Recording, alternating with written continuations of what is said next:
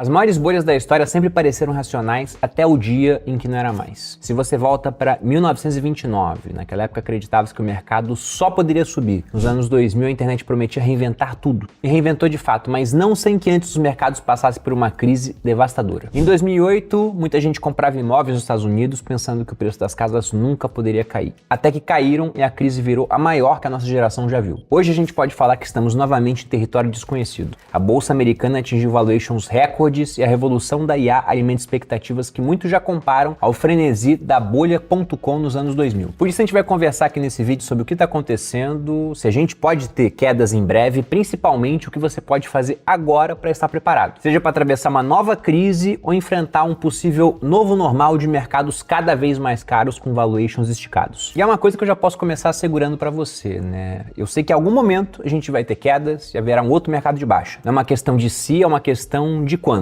É que simplesmente a gente não sabe quando vai acontecer. Mas quem estiver preparado pode transformar esse momento em oportunidade. E aí, para entender se a gente está numa bolha, precisamos primeiro olhar para o mercado americano. Hoje o S&P negocia no nível mais caro da história, como você pode ver no gráfico. Acima, inclusive, do patamar de valuation da bolha das empresas.com e até da Grande Depressão de 29. Mas não é só o preço que chama atenção, porque nunca antes tão poucas empresas carregaram tanto peso no índice. Atualmente, 10% das ações concentram 76% do valor do S&P 500. Essa é a maior concentração já registrada. Se você olha nesse gráfico e procura os anos 80, veja que nessa época os 10%, ou seja, 50 empresas, concentravam menos da metade. Em 2000, no auge da bolha da internet, chegou a 73%. Pô, Bruno, mas o contexto agora é diferente, né? O ponto é que geralmente sempre tem algum fator para você pensar que é diferente. Mas de fato é, porque na época das empresas.com, muitos líderes de mercado não tinham lucro. Ou quando tinha era alguma coisa pequena. Já hoje, Apple, Microsoft, Nvidia, Amazon, Google e Meta são extremamente lucrativas. Podemos falar até que elas não participam do jogo, né? Elas definem as regras, tá algo acima. Só que isso não elimina o risco. Quanto poucas empresas sustentam o mercado, o sistema ele fica muito instável, ele fica muito centralizado. Veja essa imagem aqui para que você possa entender esse problema da concentração de uma outra forma. Perceba que você tem vários pontos ligados a um único, ou seja, grande centralização, e você tem outras duas imagens mostrando sistemas mais descentralizados e um totalmente distribuído. Pense comigo, né? Qual sistema entre esses três é o mais frágil? Obviamente o sistema centralizado, porque basta que alguma coisa aconteça com um ponto central e todo o sistema vai à ruína. É justamente por isso que o socialismo não dá certo. Se há muita dependência de um único ponto, no caso o Estado, o que vai acontecer quando o Estado tiver um problema? E o mesmo serve para índices acionários. Se você tem muitas empresas pujantes tocando o índice, se uma ou outra tiver um problema, não tem tanto peso assim. Agora, se você tem poucas empresas, basta que essas líderes apresentem um problema, ou nem um problema, né? Simplesmente um crescimento de lucros menor do que o esperado. E o índice como um todo pode sofrer. E aqui a gente vê que os números confirmam essa fragilidade, porque desde 2012 o S&P tem um rendimento histórico na casa de 11% ao ano. Mas, se eu tiro as 5 maiores empresas, esse retorno cairia para 6% ao ano, quase metade. E mesmo dentro desse grupo de notáveis, quase que todo o ganho recente veio de uma única empresa, a Nvidia. E aqui vai uma curiosidade, eu tô lendo o livro do criador da Nvidia, e a primeira coisa que eu vi lá é que eu falava o nome da empresa errado, eu falava Nvidia. E é Nvidia, que vem do latim inveja. Sabe por que isso? Queriam criar produtos que causassem inveja nos concorrentes. Pelo visto conseguiram. Mas voltando aqui ao ponto, na prática o índice esconde um problema estrutural. O que parece uma alta generalizada é na verdade concentração em poucas gigantes de tecnologia. Pô Bruno, mas valuations altos sozinhos não provam que a gente está em uma bolha. De fato, para entender realmente o risco real a gente tem que olhar para trás. E te adianto que toda vez que o mercado chegou a extremos parecidos, o desfecho foi o mesmo, né? Primeiro euforia, achando que dessa vez seria diferente, e depois uma inevitável correção. Algumas quedas foram curtas, outras praticamente mudaram gerações. 1929, a Grande Depressão, foi uma década de prosperidade nos loucos anos 20, crédito fácil e especulação desenfreada. Mas bastou a confiança vacilar, juros aumentarem e o mercado caiu 83%.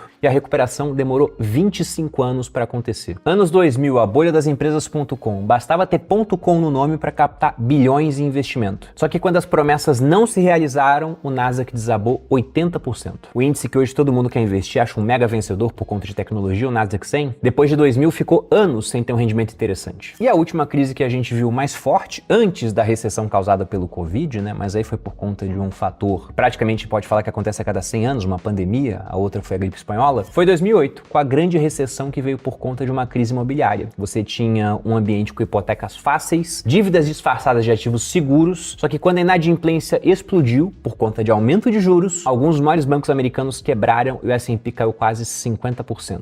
Mas e hoje? Com exceção da queda que a gente viu em abril após o tarifaço do Trump, Trump, o mercado tem seguido em alta quase que constante, com recorde atrás de recorde. Mas a grande pergunta é, qual a probabilidade de a gente estar numa bolha agora e de vermos outra queda em breve? Falando de queda em termos de frequências, elas sempre acontecem. O que muda é a intensidade, né? Dentro dessas correções, quedas de pelo menos 10% são totalmente normais, elas fazem parte do jogo. Pegando desde 1920, o S&P recuou, em média, 5% 3 vezes por ano. Correções maiores costumam gerar em torno de 15%, e em termos de duração média, tem a faixa de mais ou menos 70 dias. Já os bear markets, ou seja, aqueles mercados realmente de baixa, que são classificados lá fora como quedas acima de 20%, eles acontecem em média a cada 7 a 10 anos. Nessas fases, o mercado recua cerca de 31% e dura quase que um ano inteiro se você pega esses dados médios. E aí você tem também os crash, que são quedas de 40% ou mais no mercado. Eles são muito mais raros, mas por conta da intensidade da queda podem ser devastadores, né? Como exemplo já citados, teve a Grande Depressão após a crise de 29 e pegando desde então somente outros 3 episódios. Porém, aqui eu tô olhando dados históricos e nada garante que o futuro vai repetir o passado, principalmente se comportando de acordo com essas médias. A única certeza que eu posso te dar é que de tempos em tempos o mercado vai testar a paciência dos investidores. E olhando para trás, o diagnóstico é sempre o mesmo, né? Sempre que você tem um otimismo extremo, e às vezes isso acontece por conta de algum tipo de revolução tecnológica, como foi o caso dos anos 2000 e está sendo agora com IA, esse otimismo pode eventualmente terminar numa correção. Hoje a gente tem esse panorama bem interessante de valuations records, concentração em poucas empresas e um nível de confiança que lembra de outras bolhas. A questão é que o mercado ele pode se manter assim durante um tempo, então a gente tem que pensar qual vai ser o estopim, qual vai ser o alfinete que pode furar essa bolha. E aqui que entra o pano de fundo macroeconômico, porque não é só o preço das ações que está no limite, é a própria engrenagem que sustenta o sistema. Se a gente olha para os bastidores, o alerta ele já está aceso. O Federal Reserve, que é o Banco Central dos Estados Unidos, está prestes a cortar juros, mas ao mesmo tempo que eles querem cortar a taxa de juros curta, que seria o equivalente à nossa Selic, a Fed Funds Rate, se você olha a ponta longa da curva, os juros de 30 anos dos Estados Unidos, eles estão no patamar de 5%, o mesmo nível lá de 2008. E quando essa ponta longa dispara, a gente está falando apenas de um detalhe técnico. Isso tem consequências práticas, isso encarece hipotecas, que são aqueles financiamentos de imóveis de longo prazo, sufoca em empresas endividadas, pressiona bancos e obriga o governo a gastar cada vez mais só para pagar os juros da dívida. Ou seja, um veneno lento que vai drenando a liquidez da economia. Ao mesmo tempo, investidores encontram retornos elevados por conta desses juros altos nos títulos públicos. E aqui eu vou botar aspas, né? Praticamente sem risco. E eu digo esse praticamente sem risco com aspas, porque se fosse para ser sem risco mesmo, a taxa deveria ser muito mais baixa do que a taxa que a gente vê agora. Então isso é uma sinalização no mercado de que, olha, tem algum nível de risco embutido. Mas por conta dessa taxa alta, a gente acaba tendo a chance de um movimento duplo, uma saída de capital da bolsa, provocando uma reprecificação para baixo do valor das ações, já que os fluxos de caixa futuros valem menos em um ambiente de juros mais altos. E esse é exatamente o tipo de cenário que pode virar o estopim de uma correção, né? Esse valuation esticado, essa concentração em poucas empresas e esse pano de fundo macroeconômico que drena a liquidez da bolsa para títulos públicos. Basta, por exemplo, uma decepção no resultado de uma Big Tech ou um dado econômico negativo para transformar o otimismo em vendas e levar o mercado a cair. Em 2008, por exemplo, foi assim. Os juros longos subiram, as hipotecas, e vamos lembrar que existiam aquelas hipotecas ninja, né? Para quem era no income, no job, no assets, ou seja, o cara não tinha renda, ele não tinha trabalho, ele não tinha ativos, mas deixava ele fazer uma hipoteca porque o juro era pequeno. A hora que o juro aumentou, esse cara ficou inadimplente e começou a derrubar o sistema. E aqui eu tô falando de um sistema imobiliário que parecia indestrutível, né? Mas no final ele implodiu. Olhando o contexto atual, desde que o teto da dívida dos Estados Unidos foi suspenso em julho agora, os americanos adicionaram mais de 722 bilhões à dívida nacional em questão de poucas semanas. A expectativa é que a dívida total alcance o patamar de 37,8 trilhões até o final desse ano. Olhando em relação de dívida PIB, porque só o número colocado aqui é um número gigantesco, mas o PIB americano também é muito grande. Então é sempre bom comparar um em relação ao outro. O PIB americano deve ficar na casa de quase 30 trilhões. Se você divide um número pelo outro, então você pode ver que a dívida pública americana, a estimativa para o final do ano é de que ela fique em torno de 120% do PIB. E não é só o valor que é muito grande, mas também o ritmo de endividamento. Ele está digno de tempos de guerra. A gente tem 1,6 trilhão a mais de dívida num prazo de apenas 6 meses. Sendo que, diretamente, você tem apoio a conflitos, mas diretamente não tem guerra dos Estados Unidos agora. Então toda essa dívida nova é apenas para financiar um déficit que saiu completamente de controle. E aí o ponto é que quanto mais títulos são emitidos, mais os investidores exigem em termos de prêmio para financiar essa dívida. Porém, quanto maior o prêmio, maior o peso do juro sobre a própria dívida pública americana. Pegando em termos de orçamento, hoje o Washington já gasta mais de 1 trilhão por ano só em juros. A gente está no limiar, um ao lado do outro, do gasto com dívida pública passar ao gasto com defesa nos Estados Unidos. E aproveito para citar a conhecida lei de Ferguson, que fala que quando uma potência gasta mais com o serviço da dívida do que com defesa, essa potência tende a não ser uma potência por muito tempo. E aí, com toda essa gastança, não é à toa que os yields eles voltaram aos mesmos níveis de 2008. O mercado está sinalizando que não acredita mais em governos que gastam sem freio. Essa emissão em escala industrial é a prova de que os Estados Unidos caminham para um ponto onde nem mesmo aquilo que era o ativo mais seguro do mundo, que era simplesmente a dívida pública de quem tem a máquina de imprimir o dinheiro mundial, pode ser financiado por taxas baixas. Só que quando isso acontece, o impacto não fica apenas nos Estados Unidos, ele se espalha por todo o sistema financeiro global. E ele já chegou aos próprios bancos centrais, porque pela primeira vez desde 1996, governos estrangeiros têm mais ouro em suas reservas do que títulos públicos americanos. Na prática, eles estão trocando dívida americana por ouro. E aí você entende por que o ouro está subindo 35% nesse ano e 109% pegando os últimos 3 anos. Eu escolhi essa janela de 3 anos porque a gente pega o começo da guerra entre Ucrânia e Rússia, que foi um ponto nevrálgico também, né? Os americanos confiscaram dólares russos e mostraram que além de ser um meio de troca, unidade de conta e, com muitas aspas, reserva de valor, o dólar tinha uma outra característica, ele era uma arma de guerra, o que deixou vários estados não muito bem quistos pelos americanos com o olho aberto, né? Será que vale a pena ter dívida pública americana, que pode ser confiscada, não paga, ou é melhor ter ouro, ou até Bitcoin? Pode ter governo que já tem, além dos que estão deixando público, né? E a gente simplesmente não sabe. Mas voltando a esse ponto dos juros, isso mostra que a capacidade que os americanos tinham de se financiar a taxas baixas, ela está em xeque. Durante muitas décadas, bastava os Estados Unidos emitir dívida até com taxa zero e o mundo inteiro comprava. Já hoje, os investidores exigem prêmios cada vez maiores. E ainda assim, está havendo redução de confiança no dólar e na dívida pública americana. Essa mudança nas reservas internacionais está deixando claro que a gente está vendo um reequilíbrio do sistema financeiro global. Pô, Bruno, entendi. Então, há menos confiança no dólar, menos confiança na dívida pública americana, o mercado está muito esticado, um valuation extremamente alto, qualquer decepção com algumas das empresas mega vencedoras, que são muito lucrativas, mas pode acabar sendo um pouco menos ou ter algum tipo de problema, pode levar o mercado a uma queda, e que essas quedas elas vão acontecer, não é uma questão de se, é uma questão de quando. E o que eu faço para me proteger? O primeiro ponto aqui, e eu vou aproveitar para relembrar uma frase do Sêneca, filósofo romano do século I depois de Cristo, é que no meio da adversidade é tarde demais para ser cauteloso. Você não pode querer comprar guarda-chuva em dia de chuva, é melhor comprar em dia de sol, que é mais barato. Então você tem que se adiantar a esses problemas. E um primeiro passo muito simples é, tem uma reserva de emergência. Não há um número mágico para isso, mas eu gosto bastante daquele de 6 meses das suas despesas simplesmente em caixa, né? Em título público, Tesouro Selic aqui no Brasil, ou no CDB de liquidez diário de um bom banco. Isso é básico, eu sei, mas muita gente não faz, e é justamente isso que te impede de ser obrigado a vender nos piores momentos possíveis. Voltando à época do Covid, você tinha vários empreendedores animados com a Bolsa de Valores aqui no Brasil, porque de 2016 até o começo do Covid ela só subiu, e subiu bastante, só que de repente a Bolsa foi lá e caiu 50%.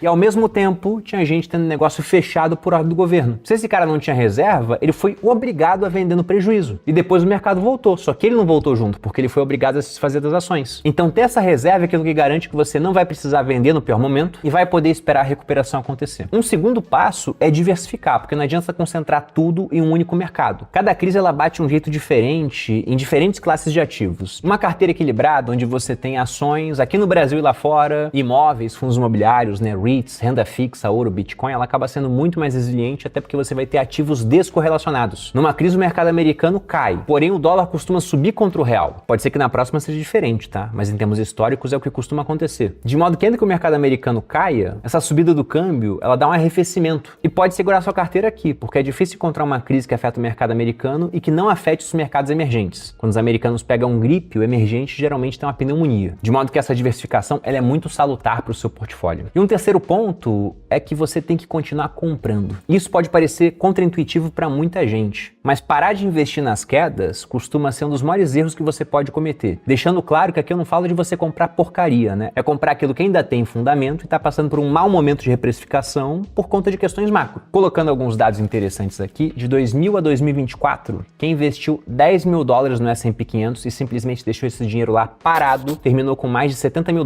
Só que se essa pessoa tivesse vendido, por exemplo, nas quedas, ela poderia ter perdido os 10 melhores dias e o valor cairia para apenas 32 mil. Se ela tivesse perdido os 40 melhores dias, ela teria ficado praticamente no 0 a 0. Só que aqui que vem o detalhe, né? 7 dos 10 melhores dias da bolsa aconteceram logo depois dos 10 piores. Então veio uma queda muito forte, o mercado exagera e depois ele costuma subir para compensar. Ou até exagera na subida também. Então não dá para ser adivinho. Você tem que estar comprado no mercado. Do contrário, você perde essas subidas e a recuperação. No final das contas, o que você deve fazer é investir de maneira corriqueira, mesmo que o ambiente mundial seja seja nada corriqueiro, com crise, guerra, revolução tecnológica, disrupção, tudo isso acontecendo ao mesmo tempo. E logicamente esse tipo de fenômeno não acontece só com ações. Eu já vi a mesma coisa acontecer com o Bitcoin. E por extensão você pode usar o mesmo raciocínio para o mercado brasileiro. Mas aqui eu vou me prender um pouco na questão do Bitcoin, porque se a gente volta lá para a época da pandemia, eu vi o Bitcoin cair 50% em um único dia. Em um momento que o Bitcoin era um ativo muito mais exótico na opinião das pessoas do que agora. Agora tem país comprando, tem ETF, tem institucional comprando pra caramba, tem empresa botando pra dentro todo dia, inclusive no volume maior do que os ETFs. Mas em 2020 não tinha nada disso. Eram poucas as pessoas que falavam sobre Bitcoin. E nesse momento, como eu tava tranquilo, tinha minha reserva, ainda tinha minha renda, eu não apenas não vendi, como eu aproveitei pra comprar bastante. Tem vários vídeos aqui no canal sobre isso. No Instagram eu fazia stories diários, comprando entre meio e um Bitcoin por dia. O preço estava em mais ou menos 40 mil reais na época da pandemia. E depois, basta você colocar em qualquer gráfico para ver o que aconteceu com o preço do Bitcoin. Então, poder ter a tranquilidade de aguentar a queda, porque eu tinha reserva, aproveitar para comprar mais e esperar a recuperação, mudou o tamanho do meu patrimônio de patamar. Só que isso não aconteceu apenas comigo, né? Sempre que você tem crises assim, você tem espaços sendo criados para fortunas serem construídas. Alguns vão perder muito dinheiro, outros vão ganhar esse dinheiro. E como a gente não sabe quando isso vai acontecer, a diferença está em que se prepara para esse tipo de evento. E aí eu vou lembrar, para quem quer aprender a investir, organizar sua vida financeira e montar um portfólio realmente diversificado em moedas, ativos e até países, que a gente está com inscrição aberta para a turma 32 do Viver de Renda. Sendo que nessa turma tem um detalhe especial, né? Porque pelo mesmo preço do Viver de Renda de turmas anteriores, você leva o Viver de Renda do exterior junto. É a tua chance de aprender a investir do jeito certo, se proteger de qualquer cenário e construir patrimônio dentro e fora do Brasil. Para quem quiser mais informações, há um link aqui na descrição. Lá você consegue ver tudo, preço, bônus, uma oferta que é realmente muito boa. Aconselho vocês a darem uma olhada. Um grande abraço e até a próxima.